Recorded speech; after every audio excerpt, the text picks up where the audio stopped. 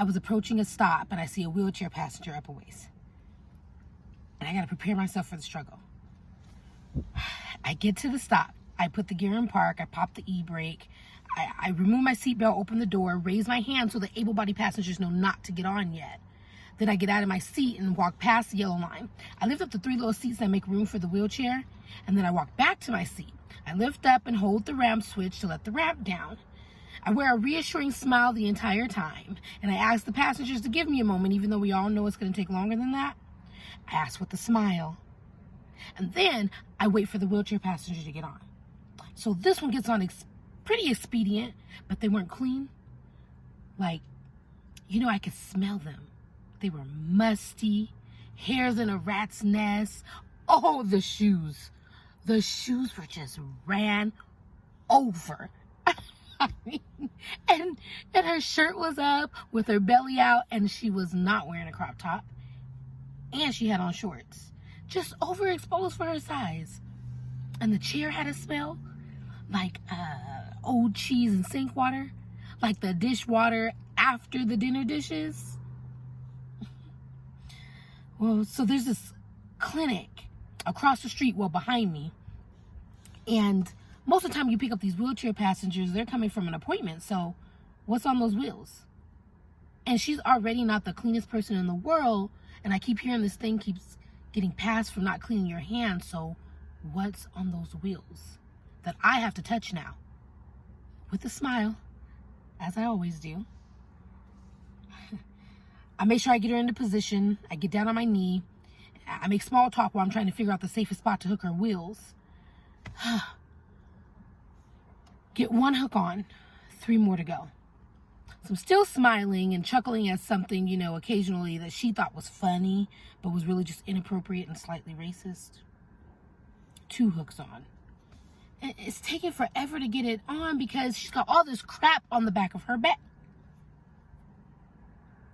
It's taking forever to navigate the bags and hold my breath and find a spot for the hooks and ignore the prejudiced comments and smile. Fucking smile. I'm sorry. Well, I'm down here and I'm between this lady's legs, or her knees, and another passenger starts to walk up the ramp. And so I have to yell from between this lady's knees to the front of the bus. They have to wait. You can't walk up the ramp. Politely. I said it politely. And I go back on to hook the last hook, and my mask falls off. It falls off. Now, my mask has fallen off before, but never while I was helping someone. And my head is between this lady's knees, and my mask falls off. And she looks down and says, "Well, it's a good thing your people can't catch it, huh?"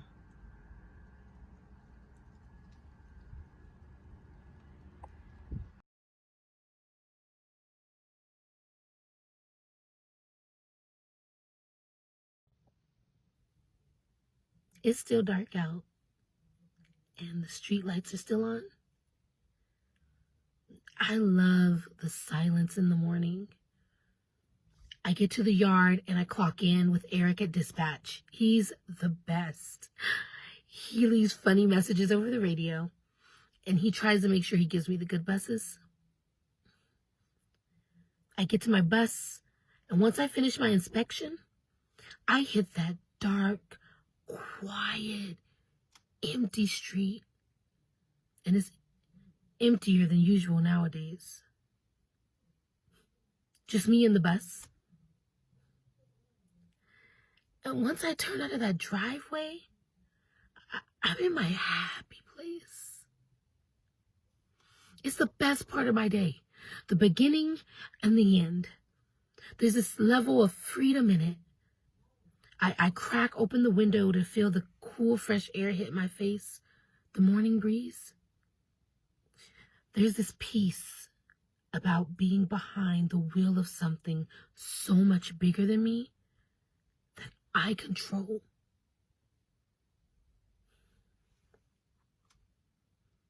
So much has changed since I first started driving.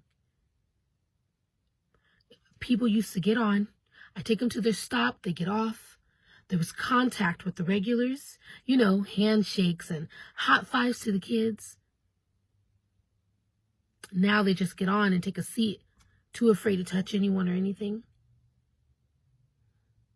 Honestly, they wouldn't be able to if they wanted to.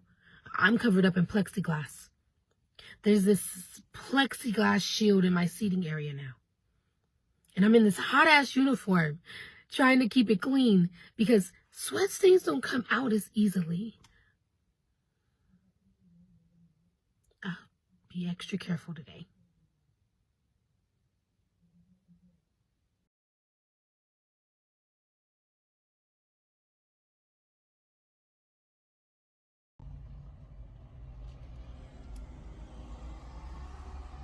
This isn't what I thought it would be. What I thought we'd go back to, This isn't normal life. It's a new normal, but this isn't what it was supposed to be. The buses, all those people day in and day out. Crowded space with inconsiderate people in the middle of a pandemic. Who decided for me? Who decided for us? Huh? Who decided that we still should have been driving in the middle of all this? I'd like to thank them.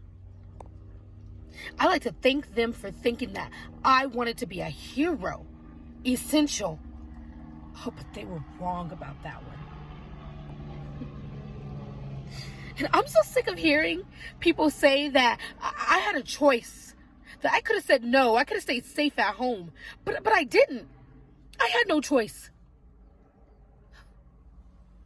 Motherfucker. I'm not sorry. I had no choice but to get up and go to work every day.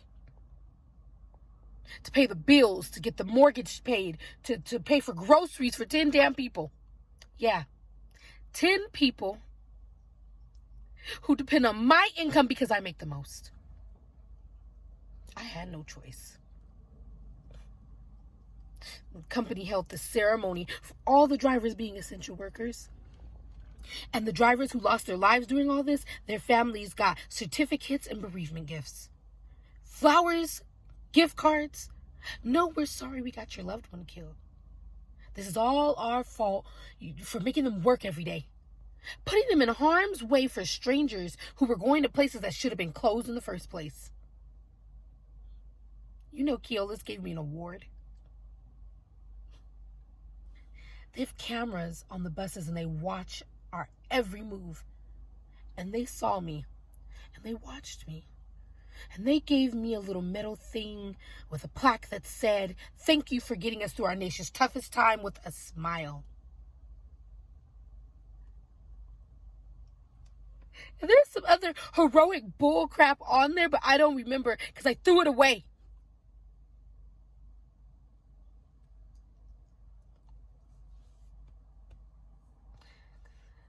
By that point, I had lost all the things I smiled about.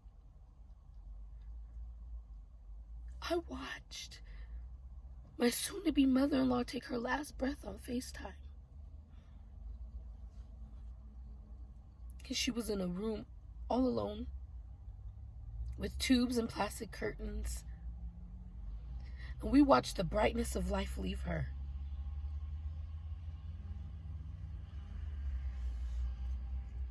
And as my fiance was breaking down in front of me, I smiled.